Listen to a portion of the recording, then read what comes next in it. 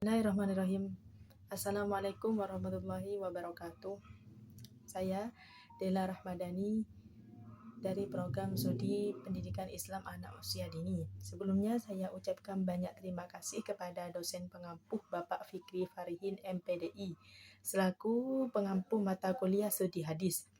Di sini saya akan menerangkan kembali apa yang telah diterangkan oleh teman kita pada kelompok 9, yakni mengenai tentang dalam kesempatan kali ini saya akan menerangkan kembali yakni mengenai tentang apa pentingnya mengajarkan hadis kepada anak usia dini dan bagaimana karakteristik anak usia dini dalam belajar.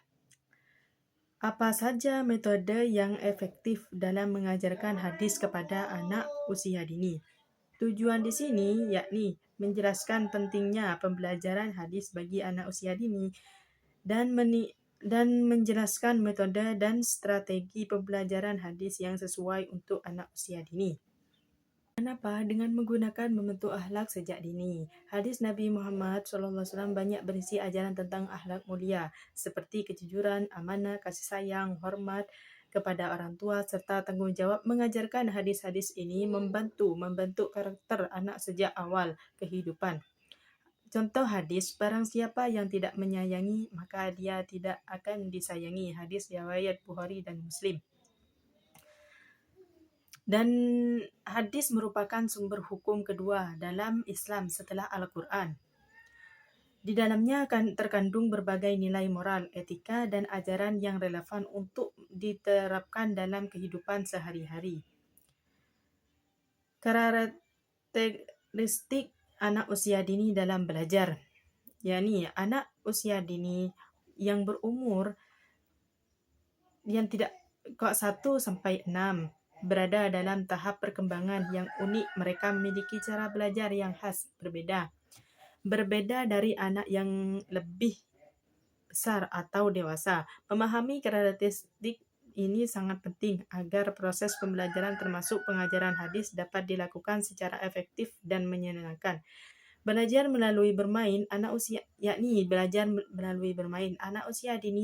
paling efektif melalui aktivitas bermain. Bermain bukan hanya bentuk hiburan tetapi merupakan media utama untuk mengeksplorasi, memahami lingkungan serta mengekspresikan ide dan emosi mereka. Dini itu cenderung pada pemikiran secara konteks dan belum mampu memahami konsep abstrak secara penuh. Oleh karena itu, mereka membutuhkan alat bantu visual, media bergambar, dan contoh nyata dalam pembelajaran. Yang selanjutnya yakni meniru dan mengamati. Anak-anak di sini peniru ulang. Mereka belajar dari melihat dan meniru perilaku orang dewasa di sekitar mereka. Rentang konsentrasi pendek. Anak usia dini memiliki perhatian yang terbatas, biasanya hanya beberapa menit untuk satu kegiatan. Oleh karena itu, pembelajaran harus dirancang singkat. Jadi anak usia dini itu gampang bosan gitu.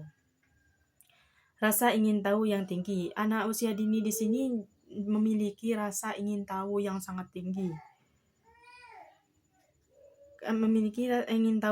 Mereka banyak bertanya.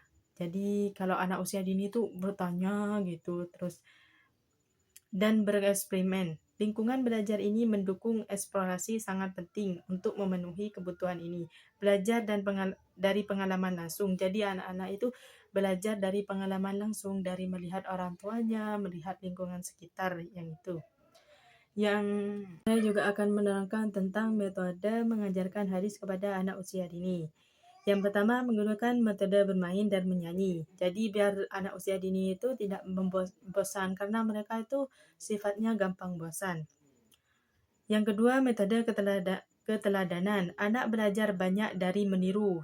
Yang pertama itu yang kalau di sekolah yang ditiru pasti gurunya. Jadi kita harus semaksimal mungkin memberikan contoh yang baik bagi mereka.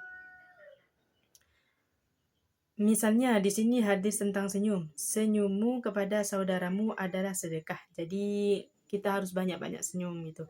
Metode bercerita. Menyampaikan hadis melalui cerita yang relevan dan menarik dapat membantu anak memahami konteks dan makna dari hadis.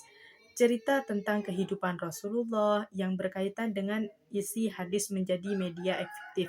Yang keempat, metode di sini yang kita sering lakukan yakni metode pengulangan. Ini bisa dilakukan saat kegiatan rutin seperti sebelum makan, tidur, atau pengulangan hadis secara rutin dapat membantu anak menghafal metode saat bermain.